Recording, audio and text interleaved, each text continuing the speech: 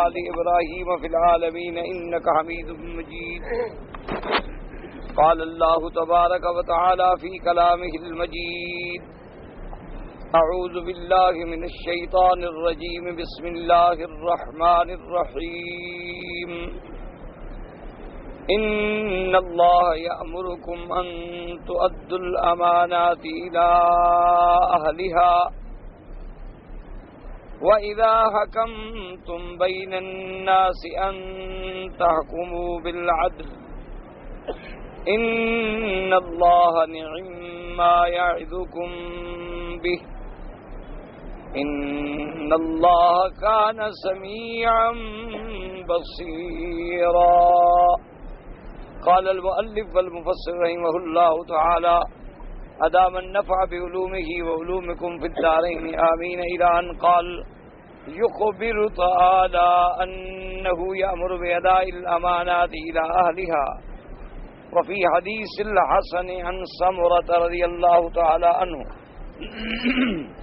أن رسول الله صلى الله عليه وسلم قال أد الأمانة إلى من ائتمنك ولا تخن من خانك. رواہ الامام احمد واہل السنن. اب مفسر رحمت اللہ علیہ فرماتی ہیں کہ اللہ تبارک و تعالی نے حکم دیا بأداء الامانات الى اہلها کہ امانتیں جو ہیں ان کو پہنچائیں، جن کی امانات ہیں مستحقین کو، ان کے اہل کو ادا کریں. جیسے حضرت سمرہ رضی اللہ تعالیٰ عنہ سے روایت ہے، وہ فرماتے ہیں کہ حضور پاک سرکار مدینہ صلی اللہ علیہ وسلم نے فرمایا ادی الامانۃ الی من ائتمنک، اس کی امانت اس کو لوٹاؤ جس نے تم پر اعتماد کیا، تمہیں امین سمجھا، تمہیں امانت دی. ولا تخن من خانک، اور تم اس کی خیانت نہ کرو جس نے تمہارے ساتھ خیانت کی. کیوں؟ مثلا ایک تو یہ ہے نا کہ ایک آدمی نے آپ کو امانت والا سمجھا ہے تو آپ کے پاس امانت رکھی ہے. کون اپنے پیسے اٹھا کے کسی کو دے دیتا ہے؟ تو جب اس نے تم پر اعتماد کیا ہے تو اس کے اب بھرم کو قائم رکھو اور اس کی امانت کو محفوظ رکھو. اور اسی طرح کبھی یہ ہے کہ چلو کسی نے تمہارے ساتھ خیانت کی تھی تو تم بھی خیانت کرو نا، تم خیانت نہ کرو. اگر اس نے خیانت کا جرم کیا ہے تو تمہیں یہ نہیں دیتا کہ تم اس کے مطابق تم بھی خائن بن جاؤ. تو اصول یہ ہے کہ ادائے امانات جو ہے وہ ضروری ہے، اور یہ لفظ جو ہے بڑا عام ہے اور شامل ہے، جیسے کہ ابھی انشاءاللہ ہم پڑھیں گے. وَهُوَ يَعُمُّ جَمِيعُ الْأَمَانَاتِ الْوَاجِبَةِ عَلَى الْإِنسَانِ مِنْ حُقُوقِ اللَّهِ عَزَّ وَجَلَّ عَلَى عِبَادِهِ مِنَ الصَّلَاةِ وَالزَّكَاةِ وَالصِّيَامِ وَالْكَفَّارَاتِ وَالنُّذُورِ وَغَيْرِ ذَلِكَ مما هو مؤتمن عليه ولا يطلع عليه العباد. اب مفسر رحمت اللہ علیہ فرماتی ہیں کہ یہ امانتیں جو ہیں، لفظ امانت کے امانت حقدار کے سپرد کرو یہ لفظ عام ہے، حتیٰ کہ جو اللہ کے حقوق ہیں بندوں پر، جیسے اللہ نے نماز فرض کی، زکوٰۃ فرض کیا، روزے فرض کیے، یا کفارہ ادا کرنا ہے، یا تم نے کوئی منت مانی ہے، تو یہ بھی امانات ہیں، ان کو بھی پورا پورا ادا کرو. یہ نہیں کہ نماز کو خیانت کرو، یا روزے میں خیانت کرو، یا کفارات میں خیانت کرو، یا نظر مان لی پھر کام ہو گیا اس کے بعد پھر اس میں خیانت نہ. یہ بھی امانت ہے، چونکہ اس کے بارے میں تو کسی کو پتہ بھی نہیں ہوتا، بندوں کو تو کوئی پتہ نہیں. تو اشد امانت تو یہ ہے. کیا مانا کہ ایک چیز ہے کہ میں نے آپ کے پاس امانت رکھی، اب اس کا مطالبے کرنے والا تو میں موجود ہوں، میں آؤں گا بھی میری امانت دو، میری امانت دو، میری امانت دو. لیکن جو میری اور اللہ کے درمیان ہے اس کو تو بندوں کو پتہ ہی نہیں ہے کہ میں کیا کر رہا ہوں. تو اس لیے وہاں بھی امانت ضروری ہے کہ نماز پڑھیں تو صحیح طریقے سے ادا کریں، روزہ رکھیں تو صحیح معنوں میں روزہ رکھیں. اگر کوئی نظر مانی ہے، منت مانی ہے اللہ کے نام پر، وہ پوری پوری ادا کریں. تو اس میں بھی امانت ضروری ہے. امانت صرف مال میں نہیں ہوتی، امانت جو ہے حقوق اللہ میں بھی ہے اور حقوق العباد میں بھی. ومن حقوق العباد بعضهم على بعض كالوداع وغير ذلك مما يأتمنون به من غير اطلاع بينة على ذلك. اور بندوں کے حقوق میں یہ ہے کہ بندے جو ایک دوسرے کے پاس امانتیں رکھتی ہیں، اور وہ حالات بھی ایسی ہوتی ہیں کہ کوئی گواہ بھی نہیں ہوتا، کیوں آدمی اعتبار کرتا ہے نا کہ اندھیرے میں آیا اور کہا بھئی یہ میرے زیور ہیں، گھر رکھ لو، میرا گھر ٹھیک نہیں ہے، محفوظ نہیں ہے، اب کوئی دیکھنے والا نہیں ماں سوا اللہ کی ذات کے. تو اس میں بھی ضروری ہے کہ آپ امانت داری کریں.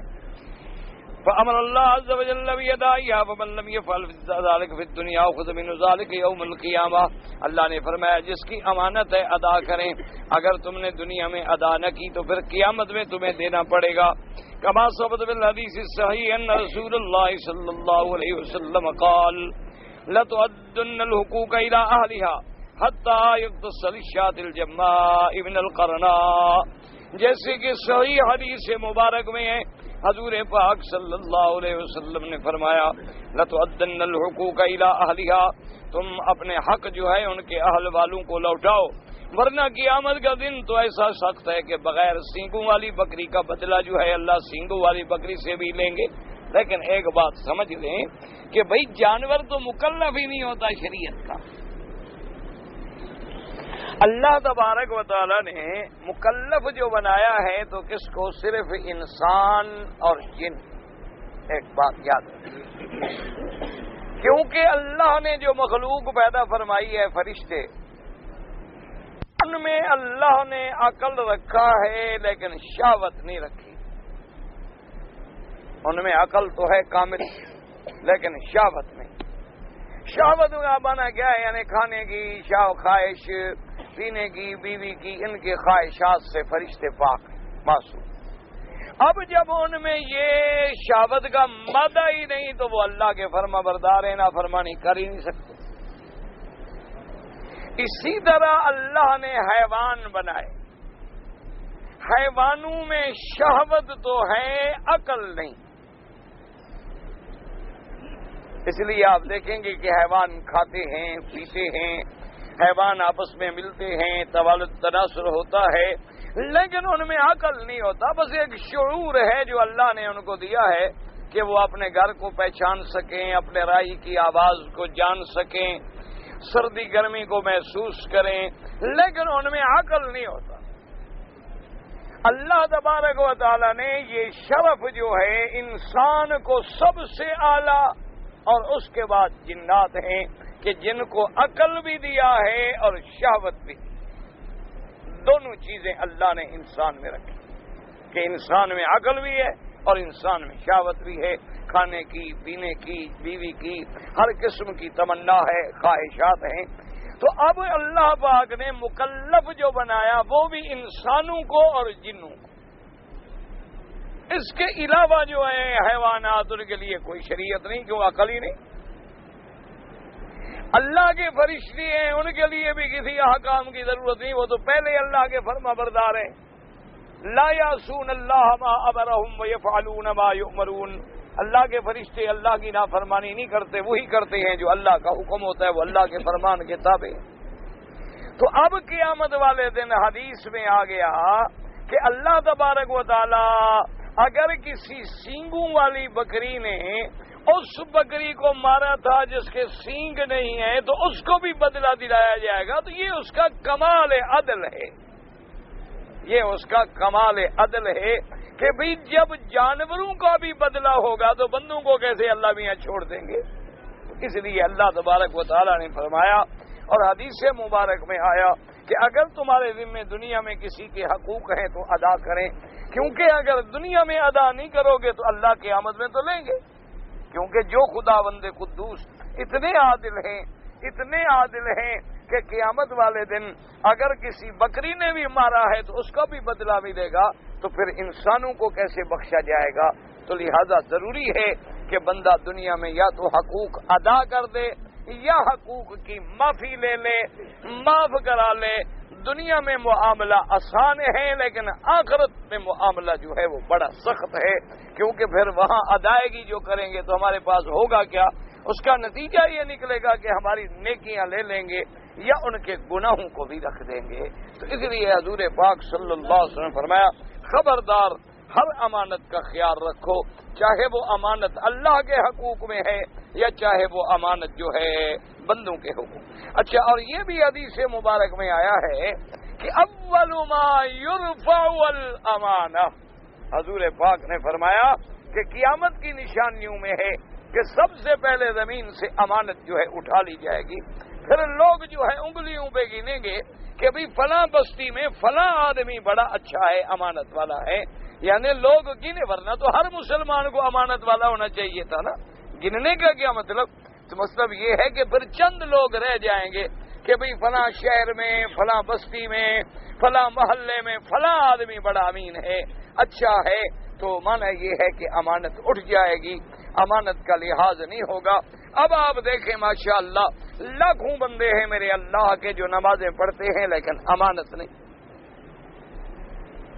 حالانکہ وہ بیچارے وضو بھی کرتے ہیں، وقت بھی اپنا لگاتے ہیں، عبادت بھی کرتی ہیں، لیکن نماز جب پڑھیں گے تو اللہ اکبر اللہ اکبر اللہ اکبر اللہ اکبر انا للہ و انا الیہ راجعون. خاص طور پہ فجر کی 2 سنتیں پڑھنی ہوں، جو 2 رکعتیں ایسی ہیں جو حضور نے فرمایا مجھے ساری دنیا سے زیادہ محبوب ہیں. یعنی ان 2 رکعتوں کا اتنا مقام ہے، حضور نے فرمایا کہ اگر ساری کائنات کی مجھے بادشاہی مل جائے اس میں مجھے اتنی خوشی نہیں ہوگی جتنی 2 رکعتوں سے مجھے خوشی ہوگی. فرمایا خیر من الدنیا وما فیہا. لیکن ہمارے لوگوں کی عادت ہے کہ اگر نماز کھڑی ہے، جماعت کھڑی ہے، آ رہے ہیں، اب ان کو پتا ہے کہ نماز کے بعد تو ہم سنتیں نہیں پڑھیں گے، تو کیا کریں گے؟ بس جلدی سے اللہ اکبر. امام اگر شروع کرے نا جی الحمدللہ رب العالمین، ابھی امام آمین نہیں کہے گا اور یہ 2 رکعتیں پڑھ کے سلام پھیر کے پہنچ جائے. بھائی ابھی اس نے تو فاتحہ بھی نہیں پڑھی، تم نے 2 رکعتیں کیسے پڑھ لی؟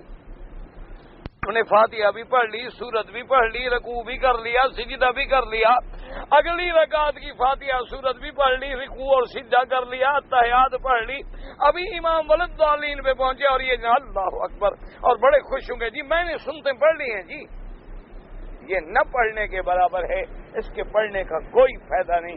اس کے بجائے بہتر ہے کہ تم نہ پڑھو، کیونکہ ایسی حالت میں حضور پاک صلی اللہ علیہ وسلم نے دیکھا کہ ایک آدمی نے جلدی جلدی نماز پڑھی. آپ نے فرمایا ارجع فصلی فانک لم تصلی، لوٹاؤ نماز کو، تمہاری نماز ادا نہیں ہوئی. تو اب یہ کتنی بڑی خیانت ہے کہ آدمی اپنے اللہ کے آگے خیانت کر رہا ہے کہ اللہ کا حکم ہے آرام سے نماز ادا کرو.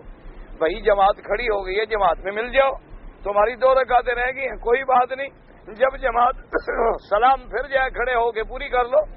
اگر اس وقت نہیں پڑھتے ہو سورج نکلنے کے بعد پڑھ لو، کوئی بات نہیں. لیکن یہ تو نہیں نا کہ تم اپنی نماز بھی خراب کرو اور یہ سمجھو کہ میں نے پڑھ لیا ہے اور پڑھا نہ ہو. اچھا اب دیکھیں جیسے بعد ہمارے بھائی روزہ بھی رکھتے ہیں، بڑی پابندی سے روزہ رکھتے ہیں اور پکے روزے دار ہیں ماشاءاللہ، لیکن کرتے کیا ہے ماشاءاللہ کہ 12 بجے کے بعد فلم چلا کے بیٹھ جاتے ہیں. ایسے روزے رکھنے کا کیا فائدہ بھی جس کا افطار فلم پر ہو؟ اس سے تو بہتر ہے روزہ نہ رکھو. عورتوں کی آمد میں نہ پکڑے جاؤ گے، روزہ بھی ہے اور پھر اس کے بعد گناہ بھی کر رہے ہو. کتنے ہمارے لوگ ہیں روزہ رکھ کے تاش کھیلتے ہیں، کتنے ہمارے بھائی ہیں روزہ رکھنے کے بعد بیٹھیں گے ایک دوسرے کی گلے اور غیبت اور گالیاں اور گلوچ اور لڑائی اور جھگڑے. ایسے روزے کا کیا فائدہ ہے؟ حضور پاک نے فرمایا اللہ کو تیرے بھوکے مرنے کی کوئی ضرورت نہیں، اللہ کو تیرے پیاسے مرنے کی کوئی ضرورت نہیں کہ تم سارا دن پانی نہ پیو، روٹی نہ کھاؤ تو اللہ میاں کا کیا فائدہ ہے؟ اصل تو روزے میں تمہیں تعلیم دی جاتی ہے کہ حلال سے بھی روک دیا ہے کہ روٹی حلال ہے لیکن نہ کھاؤ، پانی حلال ہے لیکن نہ پیو، بیوی حلال ہے لیکن نہ ملو. جب اللہ نے حلال سے روک دیا تو پھر تم حرام سے بھی نہیں روک رہے، تو پھر ایسے روزے رکھنے کا کیا فائدہ ہے بھائی؟ تو یہ بھی خیانت ہے. اس لیے ہمیشہ یاد رکھیں کہ امانت داری جو ہے اللہ کے حقوق میں بھی امانت پوری کریں اور بندوں کے حقوق میں بھی امانت پوری کریں.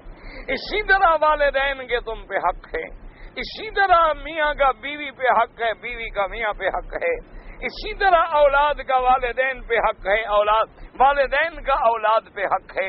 ان تمام حقوق کو امانت دیانت کے ساتھ پورا کریں اور خیانت نہ کریں. پھر دیکھیں کہ اللہ تبارک و تعالی دنیا میں بھی اور آخرت میں بھی کتنی رحمتیں فرماتے ہیں. اب جناب اس حدیث میں فرماتے ہیں حضور صلی اللہ علیہ وسلم حدثنا محمد بن اسماعیل الحمصی قال حدثنا وکیع عن سفیان عن عبد الله بن صائب عن زادان عبد الله بن مسعود رضي الله تعالى عنه قال إن الشهادة تكفر كل ذنب إلا الأمانة يؤتى بالرجل يوم القيامة وإن كان قد قتل في سبيل الله فيقال أد أمانتك فيقول فأنا أؤديها وقد ذهبت الدنيا فتمصل الأمانة بقال جهنم فيأوي إليها فيحمل على عاتقه قال فتنظر ناتك فيأوي إلى عبد العابدين.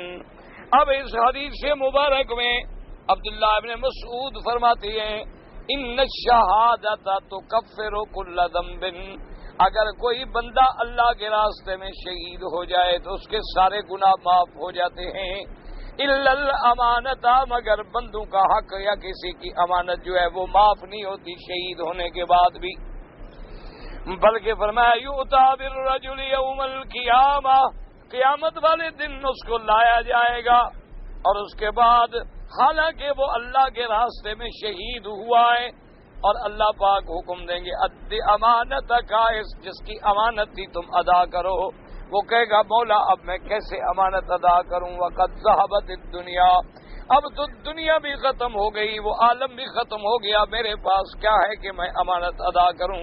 اس کے بعد حضرت عبداللہ ابن مسعود فرماتے ہیں فَتُمَثَّلُ لَهُ الْأَمَانَةُ فِي قَعْرِ جَهَنَّمَ، اس کو پھر جہنم کے اندر وہ چیز دکھائی جائے گی جو اس نے خیانت کی تھی، دیکھو دیکھو وہ ہے امانت، اٹھا کے ادا کرو۔ اب جب اس میں گرے گا تو پھر ہمیشہ جہنم میں رہے گا، اللہ تبارک و تعالیٰ معاف فرمائے۔ یعنی حقوق العباد اتنی سخت چیز ہیں کہ آدمی اللہ کے راستے میں شہید بھی ہو جائے، شہادت سے ہر گناہ دھل جاتا ہے، لیکن حقوق العباد جو ہیں بندوں کے حقوق معاف نہیں ہوتے، اس لیے اللہ تبارک و تعالی رحمت فرمائے۔ اور آج کل تو میرے بھائی بس دعا کرو، اب مسئلہ تو بس وہی دعا پہ ہی رہ گیا ہے، اور دعائیں بھی ہماری منظور نہیں ہوتی، اس لیے کہ ہمارا دعائیں کیسے منظور ہوں جب ہمارا عقل حرام ہے، جب کھانا حرام ہے، پینا حرام ہے، سچ نہیں بولتے ہم، زندگی گناہوں میں الجھ گئی ہے، ہر آدمی سود میں مبتلا ہے، ربا میں مبتلا ہے، مشتبہات میں مبتلا ہے، اور بڑی احتیاط کریں۔ کتنے صابن ہیں جن میں خنزیر کی چربی ہے، کتنے پیسٹ ہیں جن میں خنزیر کی چربی ہے، کتنے بسکٹ ہیں جن کی کریم میں خنزیر کی چربی ہے، کتنی ایس کریمیں تیرے ملک میں بکتی ہیں بنتی ہیں جن میں خنزیر کی چربی ہے، کتنے چاکلیٹ ہیں، کتنی بلائیں، یعنی آدمی بچنا بھی چاہے تب بھی حرام اندر کسی نہ کسی حال میں آ رہا ہے، الا من حفظہ اللہ، مگر وہ لوگ جن کو اللہ نے محفوظ رکھا ہے وہ تو علیحدہ بات ہے، ورنہ حالات بہت خراب۔ یہ جتنی چیزیں ہمارے ہاں بنتی ہیں، یہ جتنے مشروبات ہیں، بوتلیں ہیں کالی پیلی نیلی سیلی، ان سب میں بلائیں موجود ہیں، کسی میں کیفین ہے، کسی میں پیپسین ہے، کسی میں خنزیر کے انزائم ہیں، یہ جتنی تمہاری کریم ہیں اور یہ جتنے تمہارے شیمپو ہیں اور یہ جتنی تمہاری بلائیں ہیں، ان سب میں کوئی نہ کوئی حرام کا حصہ موجود ہے۔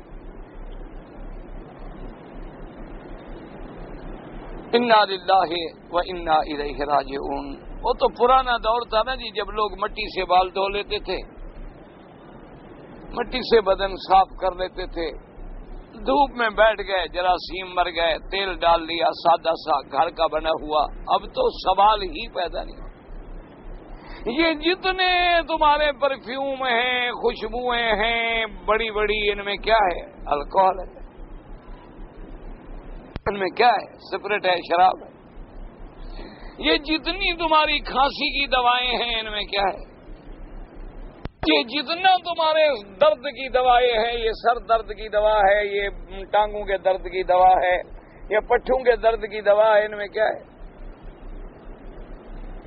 کسی آدمی سے، ڈاکٹر سے جا کے پوچھ لیں، یعنی کسی نہ کسی طرح دشمن نے ایسا پروگرام بنایا ہے، ہم تو مولوی بس مسجدوں میں لڑ رہے ہیں نا۔ ہم نے کہا میں جمعہ 2:30 بجے پڑھاؤں گا، اس نے کہا میں 3 بجے پڑھاؤں گا، بس مقابلہ ہے۔ اس نے کہا تم کالی پگڑی باندھو میں سبز باندھو، ہاں کرو مقابلہ، یہ مقابلہ ہم تو اس پہ لڑ رہے ہیں۔ انا للہ و انا الیہ راجعون، دعا کریں اللہ ہمارے حال کرے۔ ایک نے کہا میں زور سے آمین کہوں گا، دوسرے نے کہا میں بالکل نہیں کہوں گا، ضد ہے۔ انہوں نے کہا جی ہم 2 سنتیں پڑھیں گے، اس نے کہا میں 4 پڑھوں گا۔ تیسرے نے کہا ہم بالکل نہیں پڑھیں گے، قصہ ہی ختم، پڑھیں گے تو سنت ہی ہے نا، کوئی موقع غیر موقع کی تو بات نہیں، ثواب ہوگا نہیں ہوگا بس۔ ایک نے کہا جی ہم بالکل دعا نہیں کریں گے، اللہ سب جانتے ہیں، بس دل میں مانگ لیا، زبان سے مانگ لیا، ہمیں ہاتھ اٹھانے کی کیا ضرورت ہے؟ کہا نہیں ہم 3 دفعہ ہاتھ اٹھائیں گے۔ ہم اسی پہ لڑ رہے ہیں، اور دشمن نے ہمیں اس مقام پہ پہنچا دیا ہے کہ اب ہمارا جینا، اٹھنا، بیٹھنا، کھانا، چلنا، پھرنا، ہر بلا میں کفر نے ایسا انتقام لیا ہے کہ ہم ضرور حضور کی سنت سے ہٹ جائیں۔ وہ ہماری بربادی کے پروگرام بنا رہے ہیں اور ہم مسجدوں میں لڑ رہے ہیں۔ دشمن ہمیں تباہ و برباد کرنے کے لیے ایسے ایسے حالات پیدا کر رہے ہیں، ایسے ایسے جدید آلات پیدا ہو گئے ہیں کہ 1 سیکنڈ میں بیٹھے ہوئے آپ 90 ملک کی برائی جو ہے وہ انٹرنیٹ پہ بیٹھ کے دیکھ لیں۔ 1 منٹ میں کوئی لمبی چوڑی بحث کی ضرورت نہیں ہے کہ اب باہر کے ملک میں جا کے تمہیں آدمی ڈھونڈنا پڑے، کوئی بغیرت، کوئی دیوس تلاش کرنا پڑے، نہیں بس انٹرنیٹ پہ ہاتھ دبائیں کہ میں فلاں ملک میں آنا ہے، مجھے لڑکی تلاش ہے، بس فوراً ایڈریس موجود ہے، فون کر لیں، ختم۔ دشمن ہمیں وہاں لے گیا ہے کہ اب ہم حج بھی نہیں پڑھ سکتے، عمرہ بھی نہیں کر سکتے جب تک پیسہ بینک میں نہ ڈالیں اور ہمارے پیسے سے بینک سود کمائے۔ ہم کوئی ڈرافٹ نہیں بھیج سکتے جب تک اس میں سود نہ لگے۔ ہم کوئی دنیا میں ایلسی نہیں کھول سکتے، کاروبار نہیں کر سکتے جب تک سود ادا نہ کریں۔ ہم دنیا میں کوئی کارخانہ نہیں لگا سکتے، کوئی فیکٹری نہیں لگا سکتے جب تک سود ادا نہ کریں۔ ہمارے کھیت جو ہیں وہ زمین سے باہر نہیں نکل سکتے جب تک کھاد، سپرے، زہریلی دوائیں، پتہ نہیں کیا کیا ان میں حرام بھرا ہوا ہے وہ نہ ڈالیں۔ یعنی کسی نہ کسی شکل میں ہمارے اندر دشمن نے حرام پہنچا دیا ہے، اور جب حرام اندر آ جائے پھر مولا سنتا نہیں۔ یہی وجہ ہے نا، دیکھو ہم خدا کے کعبے میں بیٹھتے ہیں، روتے ہیں، طواف کرتے ہیں، لیکن دعائیں منظور نہیں ہیں۔ دیکھو آخر غور کرو، سوچو کیا ہو گیا ہے ہمیں کہ بھی پہلے تو بس اتنی سی بات ہوتی تھی، ویسے ہاتھ اٹھائے کام ختم۔ صحابہ کھڑے ہو، حضور بارش نہیں، ہاتھ اٹھائے، صحابہ کہتے ہیں ہاتھ نیچے نہیں آئے، بارش شروع۔ 8 دن بارش، صحابی کھڑے ہو گئے، نے کہا حضور بارش بہت زیادہ ہو گئی ہے، اب تو حضرت گھر سے بھی باہر نہیں نکل سکتے، دعا کریں بارش رک جائے، پر میں ہوا لینا ہوگا، انگلی پھیری بادل ختم۔ صحابہ رضوان اللہ علیہم اجمعین، تابعین، ائمہ مجتہدین، ائمہ محدثین کا تو بہت بڑا مقام ہے نا، ان اولیاء اللہ کا تو کیا مقام ہے، ہم پہنچ بھی نہیں سکتے ہیں۔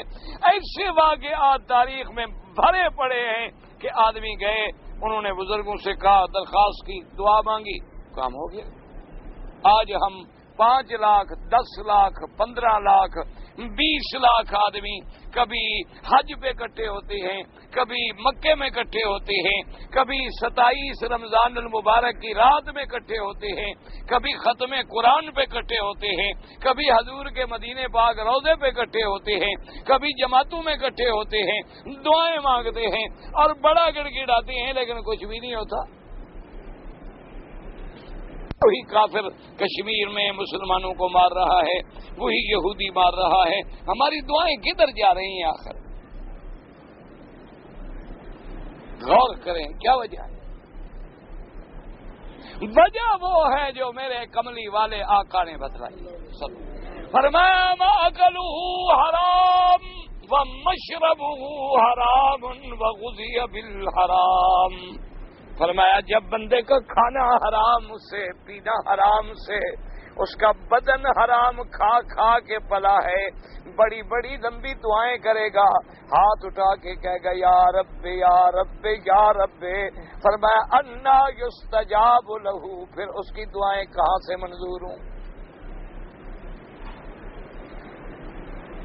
آج ناراض نہ ہوں، مجھ سے تو اپنے بھی ناراض ہو جاتے ہیں، میرے اپنی برادری مولوی بھی ناراض ہو جاتے ہیں، میں کیا کروں؟ قسمت ہے ہماری۔ ناراض نہ ہوں، میں اللہ کے کعبے میں بیٹھ کے یقین سے کہتا ہوں کہ موجودہ دور کا میرے جیسا جو مولوی اور پیر ہے نا، 90% حرام کھاتا، 10% ہوں گے اللہ والے جن کو اللہ نے بچایا ہے، آمنا و صدقنا، لیکن 90% کا حال ہے نہ زکوٰۃ کا پتہ ہے نہ صدقات کا پتہ ہے، کوئی مدرسے کے نام پہ چندہ ہے، کوئی یتیموں کے نام پہ چندہ ہے، کوئی مسجد کے نام پہ چندہ ہے، کوئی عرس شریف کے نام پہ چندہ ہے، کوئی 11ویں شریف کے نام پہ چندہ ہے، کوئی 12ویں شریف کے نام پہ چندہ ہے، کوئی جناب سیج شریف کے نام پہ چندہ ہے، کوئی قوالی شریف کے نام، سب اندر جا رہا ہے۔ جب ہمارا یہ حال ہو، ہم دعائیں کرانے والے ہوں تو منظوری کہاں سے ہو؟ نہ ایمان سے کہو یہ ہو رہا ہے کہ نہیں ہو رہا؟ کیا اولیاء اللہ کے مزار پہ جب عرس ہوتے ہیں، آپ نے دیکھا ہے ان کے مجاوروں کو تہجد پڑھتا ہوا خدا کے کعبے میں کھڑے ہو، ایک آدمی گواہی دے؟ آپ نے دیکھا ہے کہ ان کے مجاوروں میں کوئی آئے اور امام بن کے نماز پڑھائے؟ آپ نے دیکھا ہے کہ اب عرس پہ کیا ہوتا ہے؟ میلے ہیں، سرکس ہیں، سائیکلوں کے تماشے ہیں، دوڑ ہے، گانے ہیں، مجرے ہیں، اللہ کی ولی کی مزار پہ بیٹھ کے طوائفیں گاتی ہیں اور وصیت کرتی ہیں میں مر جاؤں تو مجھے پیر کے قدموں میں دفن کرنا۔ سبحان اللہ، بڑی اولیاء ابھی ابصری آ رہی ہے دفن ہونے کے لیے، اور لوگ کیا کہتے ہیں جناب گانا عبادت ہے، ماشاءاللہ، یعنی پہلے قرآن عبادت تھا، اب گانا بھی عبادت، ماشاءاللہ۔ نہ عبادت ہمیں کس نے سکھلائی ہے؟ محمد الرسول اللہ۔ یہ گانے والی عبادت کس نے سکھلائی ہے؟ کہتے ہیں جی گانا تو ہمارے روح کی غذا ہے، اور روح تو امر ربی کا نام ہے، بدبختو یہ لفظ کہنے والا کافر ہو جاتا ہے۔ تو اللہ کے امر کی غذا گانے میں ہے؟ خدا کا خوف کریں، ایمانداری سے کہیں، کتنے مولویوں کو تم نے پیسہ دیا ہے اور انہوں نے تم سے کہا ہے کہ بھائی بیٹھ جاؤ، مجھے بتاؤ یہ پیسے کیا ہیں؟ یہ زکوٰۃ ہے، یہ صدقہ ہے، یا ہدیہ ہے؟ تم نے دے دیا، اس نے جیب میں ڈالے، سبحان اللہ، اللہ برکتیں عطا فرمائے۔ کس بات کی؟ حرام کھانے کی برکتیں عطا فرمائے، کس بات کی برکتیں عطا فرمائے؟ گھر میں بلا لو، سبحان اللہ، کیا ہے جی ہم نے جی میلاد شریف پڑھوانا ہے، آج کیا ہے جی آج بسم اللہ شریف کرانی ہے، ماشاءاللہ کھانے پکے، حضرت آ جائیں گے چوبے کلے پہن کے، سبحان اللہ، اور جی دعا کریں ماشاءاللہ، بہت عاشق رسول ہیں، یہ اتنا بڑا بنگلہ ماشاءاللہ رشوت سے بنایا ہے بڑا عاشق رسول، اور مولوی صاحب دعوت پہ بیٹھا ہوا ہے کھانے کے لیے۔ یہ کون ہے؟ یہ جی بڑا بینکر ہے، مانا یہ ہے کہ 100% حرام کھانے والا ہے۔ مولوی صاحب کھڑے ہیں اپنا شریف کاٹنے کے لیے کہ بینک کی برانچ کا افتتاح کریں، دعا کرو جی اللہ کرے زیادہ کاروبار چلے، یعنی زیادہ آرام آئے۔ اور خدا کا خوف کرو، یہ مولوی ہیں، یہ پیر ہیں، یہ اپنے آپ کو بزرگ کہلاتے ہیں۔ اللہ والوں کا تو یہ عالم تھا کہ اگر بادشاہ بھی دروازے پہ آنا چاہتے، کہتے ہمارے پاس وقت نہیں ہے۔ بادشاہ نے مجبور ہو کے اپنے خوشامدی میرے جیسے مولویوں کو بلایا۔ بعض مولوی ہوتے نا خوشامدی درباری، کہ جو بڑے نے کہہ دیا کہ سبحان اللہ، ماشاء اللہ، سبحان اللہ، حضرت آپ نے ماشاءاللہ، آپ نے تو بالکل اسلام کی بات کی ہے جی، چاہے وہ سراسر کفر بت رہا ہو۔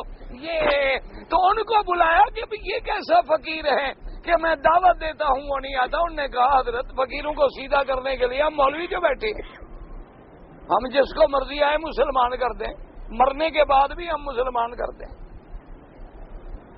مولوی کی مرضی، زندہ کو کافر بنا دے، مرنے کے بعد کسی کو مسلمان کر دے۔ اب جناب انہوں نے کہا جی یہی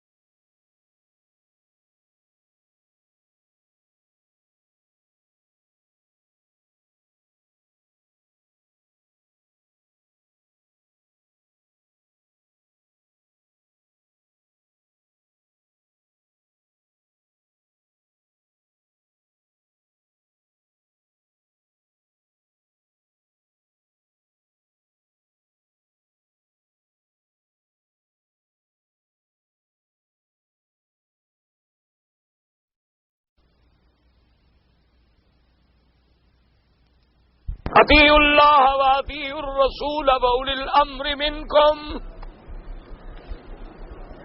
اللہ کا حکم ہے کہ اللہ کی اطاعت کرو، اللہ کے رسول کی اطاعت کرو، وقت کے حاکم کی اطاعت کرو۔ انہوں نے کہا بادشاہ سلامت یہ اوپر آیت لکھو، نیچے دعوت نامہ لکھ کے فقیر کو بھیجو، دیکھیں کیسے نہیں آتا۔ اب نہ آئے تو قرآن کے حکم کا انکار کرے نا۔ جب ان کو ملا خط تو پتہ ہے اللہ والے نے کیا لکھا؟ انہوں نے لکھا کہ در اطاعت خدا مشغولیم وعد رسول شرم سارم۔ انہوں نے لکھا اللہ کی اطاعت میں لگا ہوا ہوں، ابھی تو میں مدنی پاک کی اطاعت بھی پوری نہیں کر سکا، شرمندہ ہوں، تمہارا تو تیسرا نمبر ہے، ابھی مجھے پہلے تو 2 پورے کرنے دو، میں نہیں آ سکتا۔ اچھا نے لکھا، اس نے کہا حضرت آپ نہیں آ سکتے تو چلو میں آتا ہوں۔ انہوں نے فرمایا میرے پاس جو آؤ گے تو کیا کرنے کے لیے؟ جو تمہیں چاہیے وہ لکھ کے بھیج دو، اگر اسلام کے مطابق ہوا تو ہم دعا کر دیں گے، آنے کی کیا ضرورت؟ خیر جناب وہ بھی دیوانہ تھا، اس نے کہا نہیں میں نے تو ضرور جانا ہے۔ اتفاق کی بات ایسے وقت میں آئے کہ باہر حضرت کے 2 خادم بیٹھے ہوئے تھے، حضرت اندر حجرے میں بیٹھے ہوئے مصلے پہ پڑھ رہے تھے، تو انہوں نے کہا کہ جلدی کرو اطلاع کرو۔ نے کہا حضرت وظیفہ پڑھ رہے ہیں، اتنی دیر کے بعد فارغ ہوں گے، اور ہمیں حکم ہے کہ ہم جب تک فارغ نہ ہوں کسی کو اندر نہ آنے دیں، تو آپ ذرا صبر کریں۔ تو جو خوشامدی کھڑے تھے انہوں نے کہا کمال ہے، کیا بات ہے، کیا کر رہے ہو؟ بادشاہ کو روک رہے ہو، اور اچھا فقیر ہے، اچھا اللہ کا ولی ہے، ولی کے دروازے پہ دربانوں کی کیا ضرورت ہے؟ یہ دربان، یہ چوکیدار، یہ سیکورٹی گارڈ، یہ تو بڑے لوگوں کے دروازے پہ ہوتے ہیں۔ تو اندر جب فقیر نے سنا تو فرمایا کہ ہاں فقیروں کو بھی ضرورت ہوتی ہے کہ ہمارے دروازے پہ دربان رہیں، تاکہ سگے دنیا نہ آئے، تاکہ دنیا کا کوئی کتا اندر داخل نہ ہو جائے، ہمیں بھی رکھنے پڑتے ہیں دربان۔ یہ ہوتے تھے اللہ والے، اور جب تک یہ زندہ تھے پھر معاملہ بھی سیدھا تھا، معاملہ بھی سیدھا تھا، گاڑی بھی پٹڑی پہ چل رہی تھی۔ جب سے آپ مقتدی بنے، میرے جیسے امام بنے، معاملہ تباہ ہو گیا۔ اب حال کیا ہے؟ بس امت پہ تیری آ کے عجب وقت پڑا ہے کہ وَكُنْتُمْ عَلَى شَفَا حُفْرَةٍ مِّنَ النَّارِ فَأَنْقَذَكُم مِّنْهَا۔ اب ہم جہنم کے کڑے پہ آ گئے ہیں، بس اللہ اپنی رحمت سے ہمیں کھینچ لے تو وہ قادر ہے، ورنہ امید کوئی نہیں۔ آپ کعبہ شریف میں کھڑے ہیں، حاجی ہیں، پڑھے لکھے ہیں، ایمان سے مجھے کہیں، جو ہماری بیٹیاں بہنیں عمرے پہ آ رہی ہیں، جس کپڑے کی شلوار پہنی ہوئی ہے، ایمان سے کہیں آپ اس کپڑے سے اس بیٹی کی بہن کا بدن نظر آتا ہے کہ نہیں آتا؟ آپ نے غور نہ کیا ہو تو آج کر لینا۔ چلو یوں غور نہ کرو تو گھر میں اپنی ذرا بیٹی بیوی کی سلوار اٹھا کے کپڑا دیکھ لینا، اتنی باریک لون کی شلواریں ہیں، قمیض ہیں، مردوں کے بھی عورتوں کے بھی، کہ ذرا لائٹ میں کھڑا ہو تو پورا بدن نظر آتا ہے۔ جو میری بیٹی اس قسم کا لباس پہن کے کعبے کے باہر پھرتی ہے، کیا خیال ہے آپ کا؟ اس کا عمرہ مقبول ہو جاتا ہے؟ وہ تو ملعون ہو جاتی ہے، اس پر تو اللہ کی لعنت برستی ہے، اور ساتھ لانے والا بھی شریک۔ بھئی کم از کم خدا کا خوف کر لیں۔ تم دفتر میں جاتے ہو تو پینٹ کھینچ لیتے ہو، ٹائی لگا لیتے ہو، واپس آ کے گھر میں شلوار کے بھی کیا جی کیا کریں، دفتر جانا ہے، مجبوری ہوتی ہے، تو خدا کے گھر میں آتے ہوئے 4 دن شرم والے کپڑے پہن لو۔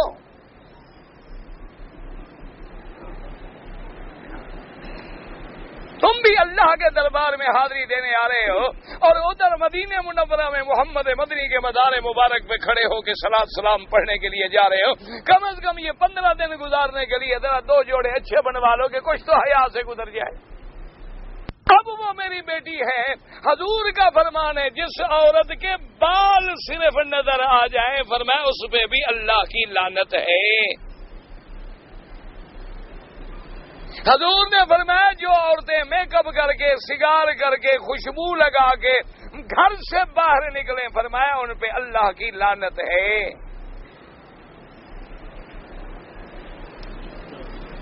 تو پھر ہمارے عمرے کا کیا ہوگا؟ ایمان سے کہیں کیا فائدہ ہوگا؟ بس ایک رسم ہے، عادت ہے کہ چلو بھی اس دفعہ یورپ نہ گئے، چلو یار عمرہ کرتے ہیں۔ سنا ہے مکہ مدینہ بھی اچھا بن گیا ہے ماشاءاللہ، وہاں بھی سنا ہے شیشے لگ گئے، اچھی بازاریں ہیں، شاپنگ واگنگ بھی خوب ہو جاتی ہے یار، چلو لوگ بھی کہیں گے ماشاءاللہ مکہ مدینہ دیکھ کے آیا ہے۔ پہلے نماز نہیں پڑھتا تھا، بعد میں بھی نماز نہیں پڑھتا، عمرے پہ آنے کا فائدہ۔ پہلے بھی رشوت کھاتا تھا، بعد میں بھی اسی طرح رشوت کھاتا ہے، بلکہ جاتے ہوئے ذہن میں یہیں سے سوچتا ہے کہ یار 50-60 ہزار روپیہ لگ گیا، کون سی مثل پڑی ہے، ذرا غور کرو کون سی موٹی سامی پہ ہاتھ ڈالیں، یہ خرچہ تو نکالنا ہے نا، آخر اللہ کے راستے میں جو کر کے آئے ہیں۔ تو ایسے عمرے کا فائدہ بھائی، اس سے بہتر نہیں کہ گھر بیٹھے رہو۔ ایک آدمی کعبے میں بیٹھ کے گناہ کرے، ایک اپنے ملک میں بیٹھ کے کرے، بہتر نہیں کہ وہاں کرے، کم از کم خدا کے گھر میں تو نہ کرے۔ اس لیے بس بھائی ہمارا حال تو بالکل ختم ہے، آپ لوگ اچھے ہیں، دعا کریں، آپ کی دعاؤں سے شاید ہم بھی بچ جائیں، ورنہ ہمیں تو، مجھے تو واللہ ہے، میں کوئی ڈرامہ نہیں کر رہا، مجھے تو خود بیٹھے بیٹھے اگلے دن ایک بزرگ عالم آئے تھے، ان سے بھی میں نے کہا مولانا کیا بات ہے، مجھے تو ڈر لگتا ہے کہ پتہ نہیں ہم مسلمان بھی ہیں۔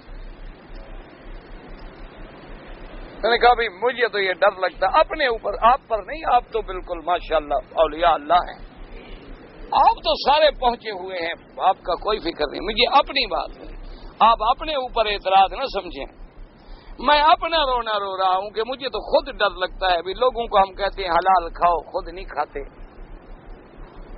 لوگوں کو ہم کہتے ہیں سچ بولو، خود نہیں بولتے، لوگوں کو ہم کہتے ہیں نمازیں پڑھو، ہماری اولادیں نہیں پڑھتی، لوگوں کو ہم کہتے ہیں پردہ کرو، ہماری بیٹیاں بیویاں نہیں کرتی، لوگوں کو ہم کہتے ہیں سود نہ کھاؤ، ربا نہ کھاؤ، بینک سے معاملات نہ کرو، ہم جناب اکاؤنٹ رکھتے ہیں، تو پھر ہمارا حال کیا ہوا؟ کہاں گیا ہمارا ایمان؟ پھر یہ صرف گلے پاڑ رہے ہیں۔ لوگوں سے ہم کہتے ہیں جو تقدیر کا فیصلہ ہے وہ اٹل ہے، اور خود ذرا تکلیف آئے تو پریشان، تو پھر ایمان کہاں ہے؟ صرف لفظی کلامی زبانی ایمان ہوا نا، حقیقت تو نہ ہوئی۔ اس لیے بس دعا کرو اللہ پاک اپنی رحمت فرما دیں بس، کیونکہ اس کی رحمت پہ امید ہے کہ نا امید کافر ہوتا ہے کہ جب بارش برستی ہے تو وہ اچھی زمین پر بھی برستی ہے اور گندی پر بھی برستی ہے، اس کی رحمت آ جائے اور ہم گندوں پر بھی برس جائے اور ہم بچ جائیں تو یہ اس کا کمال اور کرم ہوگا، رحمت ہوگی، ورنہ اعمال کے لحاظ سے، احوال کے لحاظ سے بالکل معاملہ صاف ہے۔ چٹیل ہیں، اس لیے ہماری دعائیں منظور نہیں ہوتی. کہتی ہیں اس کے بعد جناب فرماتی ہیں کہ بنظر ناتی ہوئی ناظری عبد اللہ بدین قال دادان اتیت البراء. فرماتی ہیں کہ میں حضرت برا صحابی کی خدمت میں آیا، فحدثتو، میں نے ان کو یہ حدیث بیان کی کہ حضرت عبداللہ ابن مسعود ایسا کہتے ہیں. فقال صدق اخی، انہوں نے کہا میرے بھائی نے سچ کہا. ان اللہ یامرکم ان تؤدوا الامانات الى اہلها. وقال سفیان الثوری عن ابن ابی لیلى عن رجل عن ابن عباس بالآیہ قال هي مبهمة للبر والفاجر. وقال محمد بن حنفیہ عن البر والفاجر. اللہ نے فرمایا امانت والوں کو پہنچاؤ، یہ عام ہے، یہ ضروری نہیں کہ امانت مومن کی ہو یا کافر کی، امانت صالح کی ہو یا برے کی، بر کی ہو یا فاجر کی، جس کی بھی امانت ہے امانت والے کو پہنچاؤ.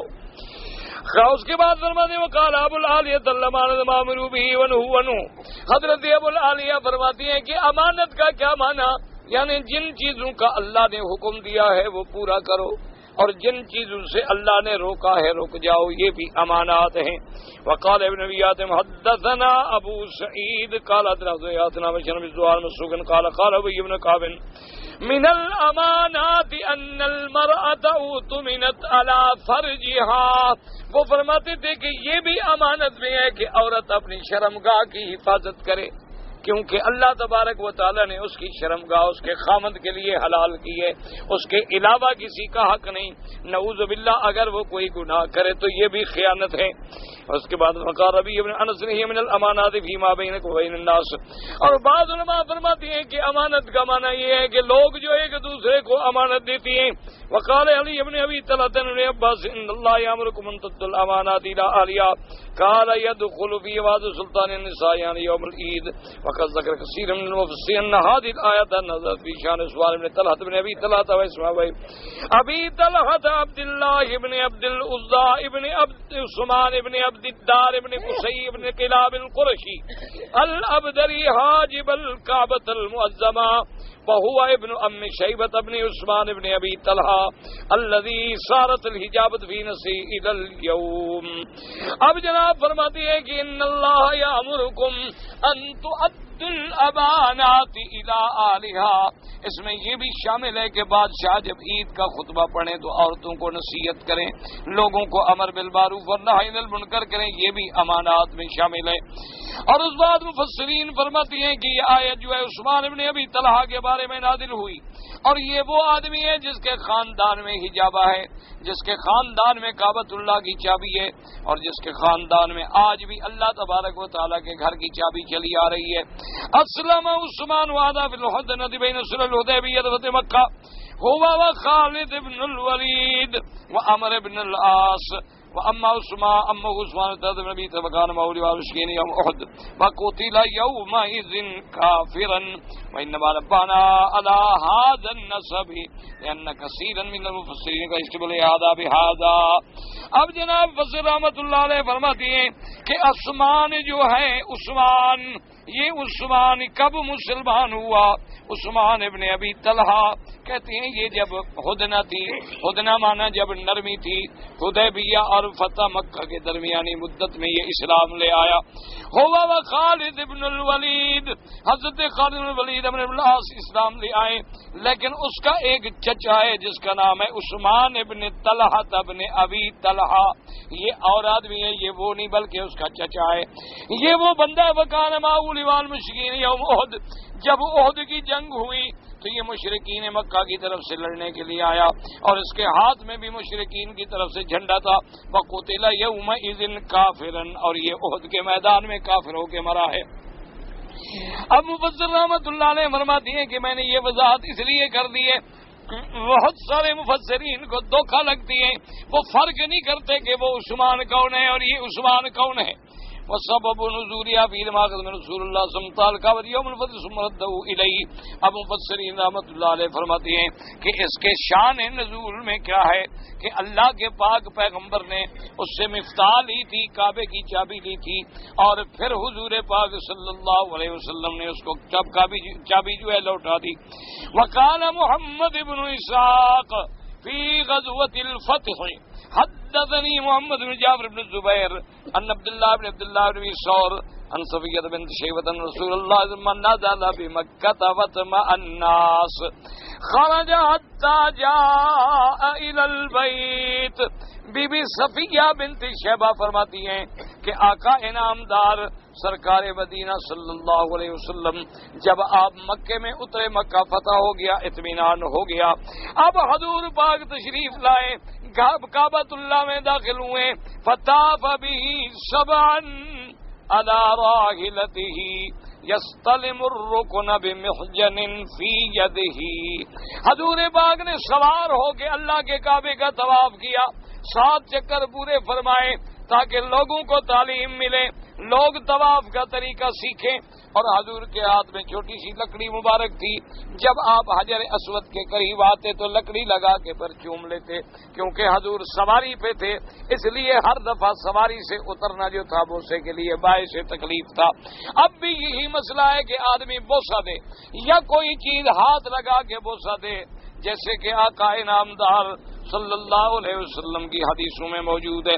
فلما قضا طوافه عثمان بن طلحہ اخذ من مفتاح الكعبة ففتحت له فدخلها فيها حمامة من عيدان فكسرها بيده ثم تركها ثم وقف على باب الكعبة وقد استقبل ناظر مسجد. اب جناب اس کے بعد حضور پاک صلی اللہ علیہ وسلم سرکار دو عالم صلی اللہ علیہ وسلم نے جب اپنا طواف پورا فرما لیا، آپ نے عثمان ابن طلحہ کو طلب کیا اور اس سے چابی لی. اللہ نے اللہ کے گھر کا دروازہ کھولا، حضور پاک اندر تشریف لے گئے. اب اس کے بعد فرماتی ہیں جب اندر گئے تو آپ نے دیکھا حمامۃ من عیدان، لکڑی کا ایک کبوتر بنا ہوا بھی اندر رکھا تھا، کیونکہ پہلے تو وقاصر بت بناتے تھے نا لکڑیوں کے. انہوں نے تو بی بی مریم کی بھی اندر فوٹو رکھی ہوئی تھی، انہوں نے جناب ماشاءاللہ حضرت عیسیٰ علیہ السلام کا بھی فوٹو بنایا ہوا تھا، انہوں نے تو کیا کیا تماشے نہیں بنائے تھے. انا للہ و انا الیہ راجعون. اللہ تبارک و تعالی رحمت فرمائے. کعبۃ اللہ سارا تصویروں سے بھرا ہوا تھا. حضور پاک کے ایک حدیث میں آتا ہے، آپ نے فرمایا قاتلہم اللہ، اللہ ان کو برباد کرے، اللہ ان پہ لعنت کرے کہ دیکھو میرے ابا ابراہیم کا بھی فوٹو بنا دیا، حضرت آدم حضرت بی بی مریم کا بھی فوٹو بنا دیا. آپ مسلمان تو نہیں کرتے؟ کیا خیال ہے؟ کتنے گھر ہیں جس میں مرشد کا فوٹو نہیں؟ یہ کیا ہے جی؟ ہمارے حضرت مرشد کا فوٹو. سبحان، پھول ڈال رہے ہیں، اللہ کا نبی توڑ رہا ہے اور یہ عاشق رسول پھول ڈال رہا ہے عاشق. ہر گاڑی میں ماشاءاللہ فوٹو لگے ہوئے. کیا ہے بھائی؟ جی مرشد کا فوٹو ہے، اس کی برکت سے گاڑی میں ایکسیڈنٹ نہیں ہوتا. کہا یار مرشد کے فوٹو نے لوہے پہ اثر کیا، تم جو بےایمانی کر رہے ہو، تم جو پیسے حرام کر رہے ہو، تم پر کیوں نہیں اثر کیا؟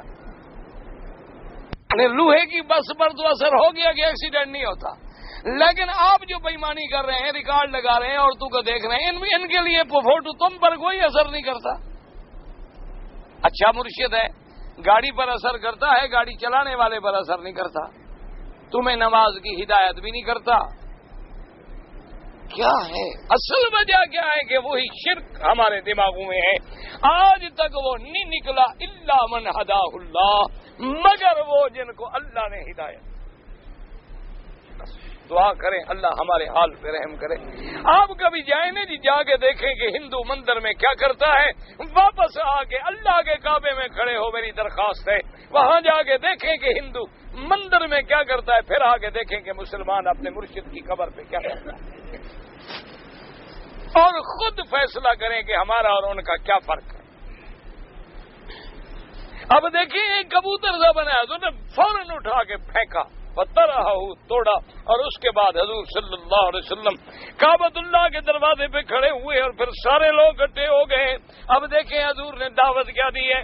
قال ابن اسحاق حدثني بعض اهل العلم ان رسول قام على باب الكعبہ، حضور کعبے کے دروازے پہ جو اونچی جگہ ہے اس پہ کھڑے ہوئے اور کیا فرمایا، لا الہ الا اللہ.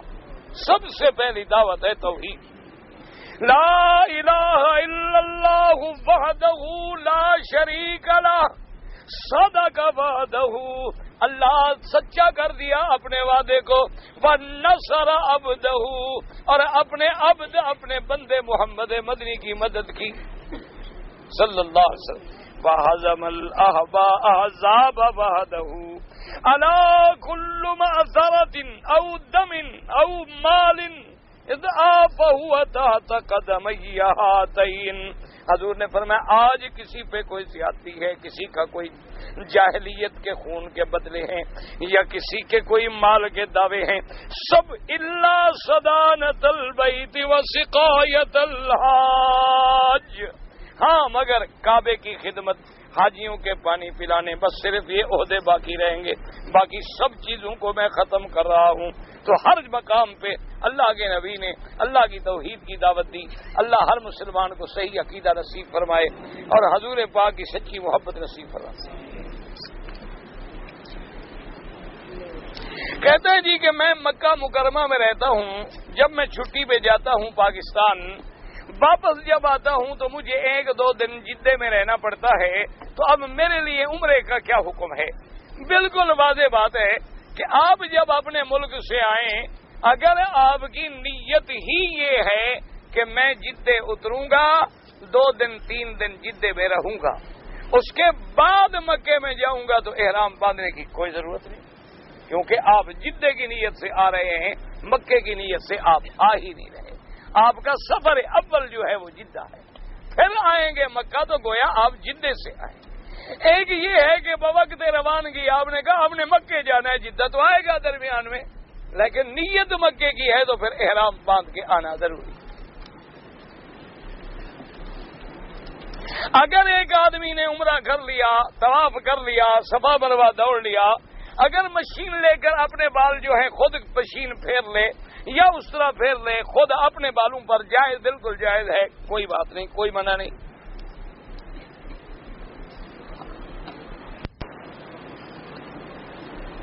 اگر کوئی آدمی تیسری رکعت میں رہ آئے، جو رکعت رہ گئی ہے، تو اس میں بعض احناف کرام تو یہ فرماتے ہیں کہ فاتحہ کی دیر چپ کھڑا رہے، کچھ بھی نہ پڑھے، گویا کہ یہ رکعت بھی اس کی امام کے پیچھے ہے۔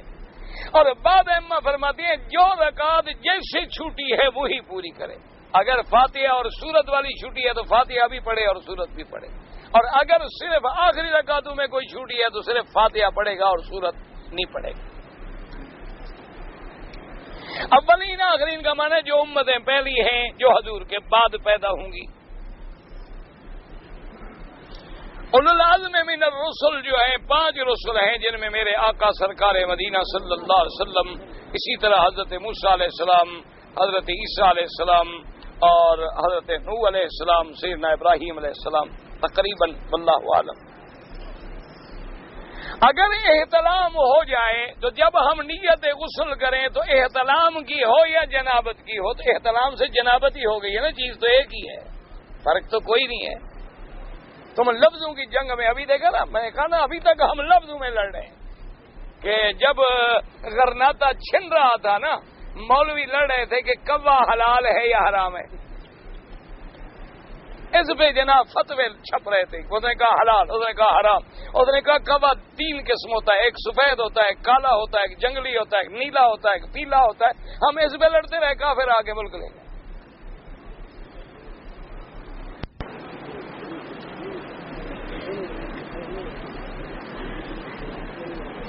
اگر عورت حالت جنابت میں ہے لیکن غسل کے لیے پانی نہیں ہے تو کیا وہ عورت وضو کر لے؟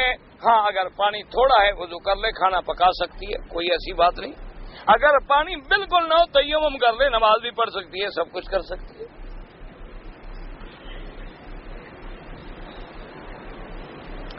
جس گھر میں میت ہو لوگ آتے رہتے ہیں 5-6 دن، شریعت کے مطابق صرف 3 دن ہے کہ مرنے کے بعد 3 دن کے اندر اندر اس کے پاس جاؤ اور اس کو کہو عزم اللہ اجرک، اللہ تمہارا اجر زیادہ کرے، اللہ پاک مرنے والے کو جنت نصیب کرے، اللہ پسماندگان کو صبر جمیل نصیب کرے، دعا کرے اور آ جائیں بس۔ 3 دن کے بعد سوگ نہیں ہوتا شریعت میں۔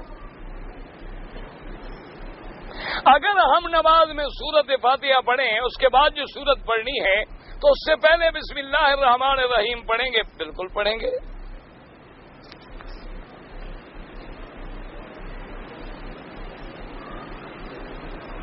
ہمارے جو ہے علاقے میں لوگ گڑ کا ارک نکال کے ناخن پالش بناتے ہیں، لگانے سے غسل ہو جانا ہے۔ مجھے تو پتہ نہیں گڑ کا بناتے ہیں یا پتہ نہیں کس بلا کا بناتے ہیں۔ آج کل جو قیمتی ناخن پالش ہیں اس میں تو ماشاءاللہ خنزیر کی چربی بھی ہوتی ہے تبرک کے لیے۔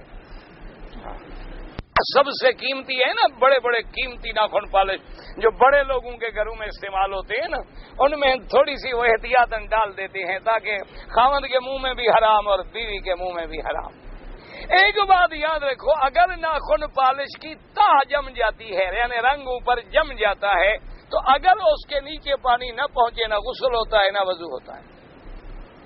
بس ماشاءاللہ، باقی تم جانو، تمہارا کام جانے۔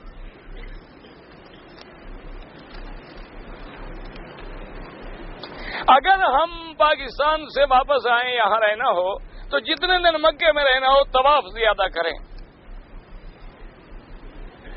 میرے والدین زکوٰۃ بھی ادا کرتے ہیں لیکن چوری ہو گئی ہے، تو یہ تو ضروری نہیں کہ مسلمان کو کبھی چوٹ ہی نہ لگے۔